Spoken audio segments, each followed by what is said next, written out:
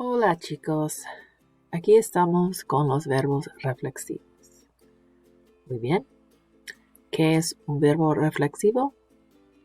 Es un verbo donde la acción recibe por el sujeto.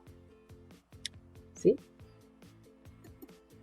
Y los pronombres que corresponden con los verbos reflexivos son me, te, se, nos, os y se. Eso es.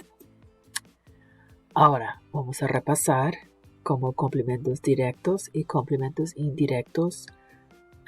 Los pronombres reflexivos también son pronombres, así que se ponen en el mismo lugar. Antes del verbo conjugado o un mandato negativo. Por ejemplo, me afeité esta mañana. I shaved this morning. I shaved myself this morning. Myself. No te afeites. Don't shave yourself. It's getting late. Okay. Entonces los pronombres como los pronombres del complemento directo y el complemento indirecto antes del verbo conjugado y antes de un mandato negativo. También, igual que los pronombres, porque es pronombre, adjuntado al infinitivo o mandato o gerundio. Por ejemplo, él quiso afeitarse. Afeitarse es un infinitivo y hay un pronombre, en este caso reflexivo, porque afeitarse es reflexivo. Entonces se puede poner aquí. ¿Sí? O aquí. Él se quiso afeitar esta mañana. Y mandato, afeítate, por favor. Shave yourself. You look hairy. Get it off. ¿Eh? Y estamos afeitándonos. We are shaving ourselves. Y afeitando, el ing, 1, 2, 3, bang. Muy bien. Ok, y este es FYI. Los siguientes solo necesitas recordar los negros. Yay. Okay. Ahora, this is new, so I'm going to speak in English. So now you've had reflexive verbs. The action comes back to the person who is talking or who the sentence is about. Reflexive, okay? Yourself, myself, ourselves. That is done by the me, te, se with the verb. Now there's another case of verbs that they can either be reflexive or not. And then the meaning changes ever so slightly. And like the little FYI in the smiley face told you, you're only responsible for the black ones. So, but if you can figure it out here, like the black one here, levantar is to raise, like levante la mano. Remember at the beginning of the class when we talked about that? And levantarse is to get up. See? Aquí, again, the black ones you're responsible for. Ir, to go. Irse, to go away. Dormir, to sleep. Dormirse, to fall asleep. Reír, to laugh. Reírse, to laugh at. Sad. Again, you're responsible for the black. Poner is to put or to place. Ponerse is to put on or to become, like to become red or to become a professional. See? And then parecer is to seem, to appear. And parecerse a is to look like. Like to look like your brother, to look like your mother, etc. And then there's this third concept or this other concept that's with the reflexive verbs. That if it's only used with the nosotros form and the ellos form. So they're both plural. And it has the idea of a reciprocal action. Or in English, as you say, each other. Okay. So if we look at this slide, there's a whole bunch of verbs that are not reflexive at all. Like ver, that's not reflexive. Besar, to kiss, that's not reflexive. But when you make it with se or nos, it becomes each other. Like abrazarse, to hug each other, ayudarse, to help each other, llamarse, to call each other, besarse, to kiss each other, conocer, to know each other, darse, to give to each other, escribirse, to write to each other, llamarse, to call each other, llevarse, to get along with each other, pelearse, to fight with each other, verse, to see each other, quererse, to love or to like each other, saludarse, to greet each other. So now, that doesn't mean that these become reflexive. These verbs are only with the nos or ellos form. Now let's see what that looks like. For example, no nos vemos mucho. Here's the nosotros form. We don't see each other much. But nos escribimos mucho. But we write each other a lot. And then another example, se miraron uno a otro. They looked at each other, one to the other. So it only is with the nos and the se, because you have to have another person or a group of people to have an each other idea, right? So that's why that verb. So let's go back. Let's go back real quick. So we're looking at reflexive verbs. It has the idea of an action that's being reflected back to the subject. And it's done with the pronouns, very similar to the indirect and direct object pronouns, except for this last one. And they are with the verb. And they are conjugated. So now that you have a pronoun with a verb, what do you do with it? You put it before a conjugated verb, like all pronouns, or in front of a negative command. And then they are attached to an infinitive, or attached to a positive command, or attached to the ing. You know this already. And the second concept here is that some verbs can either be reflexive or not. And when they are reflexive, they change the meaning ever so slightly. And you have to know the difference between these two and the ones in the black. Those two, the ones in the black. Okay, and then the third concept that is new, these last two concepts are new for Spanish 3, and we're done, is that the idea of each other. And the following verbs, they become each other with the se or the nos. And again, it has to be more than one person. That's why it's only with se and only with nos. Okay? So then, there's the example. And here's just a detail. Caer or caerse, callar or callarse, morir or morirse, sentar and sentarse, they pretty much mean the same thing.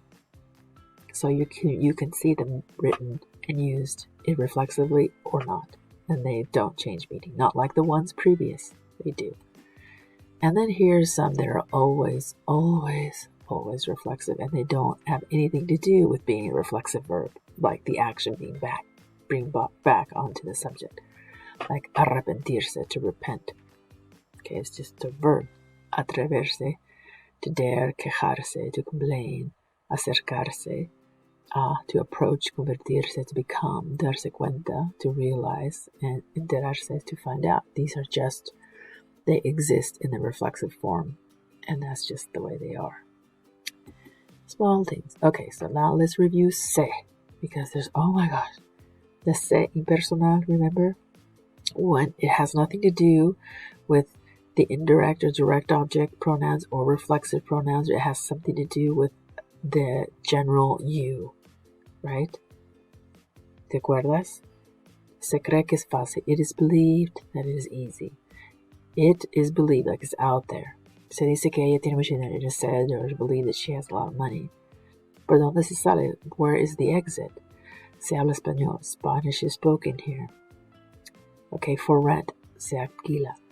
It has nothing to do with the se of the reflexive verb or the indirect object pronoun.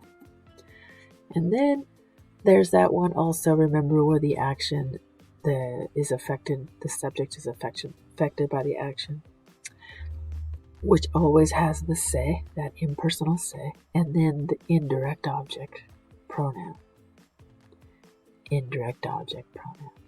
Indirect object pronoun. Se me olvidó. It slipped my mind. Literally.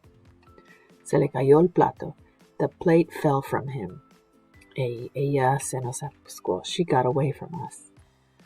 Okay, sometimes you could say, the plate fell, right? But here, the plate fell from him, literally is what they're saying. It's just another way to saying something with the impersonal se and the indirect object. It's like the action is affecting the subject, but it's not really the subject's fault. Like, I forgot is more direct, right? Instead of saying, oh, it slipped my mind. Oh, I did not forget. It slipped from my mind. And that's how we say that in Espanol. Okay, it's a small detail just for you. So, you're probably thinking, oh my God, teacher, I'm so confused because there are so many different ses. Yes, there are. So let's try to clarify. So we have the se with the indirect object pronoun, remember? Like me, te, le, nos, os, les. And when you have two L pronouns together, the indirect turns into se. Like, se lo di. I gave it to him. The it being a book. Se lo di. You can't have le lo di, so the indirect turns into a se. Okay? And you have another se, which we just looked at, was the reflexive and down here. And those are verbs like llamarse or levantarse, afeitarse, ducharse, lavarse. They're all reflexive, and these are the pronouns. And this se goes with the el, ella form and the ellos form. And then we have the se impersonal, which you just saw has nothing to do with these guys at all. It's just Spanish is spoken here. It's for rent. Books are sold here. The impersonal general you. Muy bien. Ahora tenemos práctica. Aquí tienes 6 oraciones. ¿Cuál es? Reflexivo. Each other. O es reflexivo. Si no tiene respuesta, puedes poner un X también. If it's not reflexive in any form, then leave it blank. Okay? Okay, cierren el video y vamos a regresar.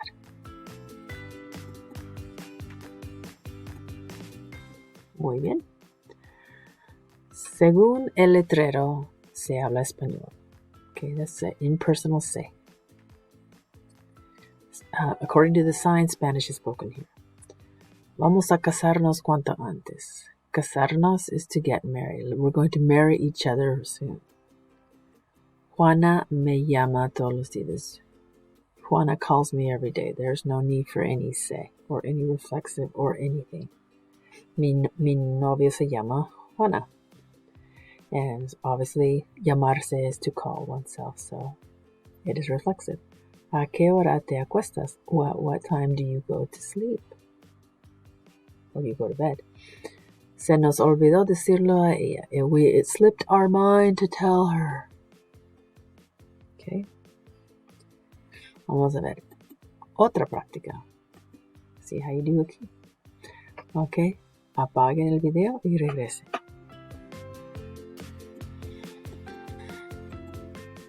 Okay, muy bien. Pedro nada chocó con José mientras jugaba.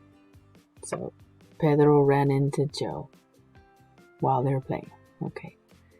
No me estoy arrepintiendo de lo que estoy haciendo. I'm not sorry for what I am doing. So, arrepentirse is one of those verbs that's always reflexive. Y no os levantáis tan temprano. Don't wake up so early. So, levantarse is to wake up or to get up. So, it has to be reflexive. Y la madre está lavando al niño. Lavar is to wash. Lavarse is to wash oneself. So the mother is washing the child. So it's not reflexive.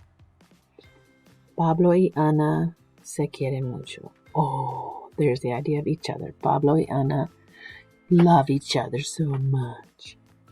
Then, okay, so this is a lot, but this is it. This is all that has to do with Espanol in all the ses, all the uses of se that we're finishing up. Isn't that cool? So if you are confused, please go back and listen again and see how well you do. Y como siempre, eso es, chicos.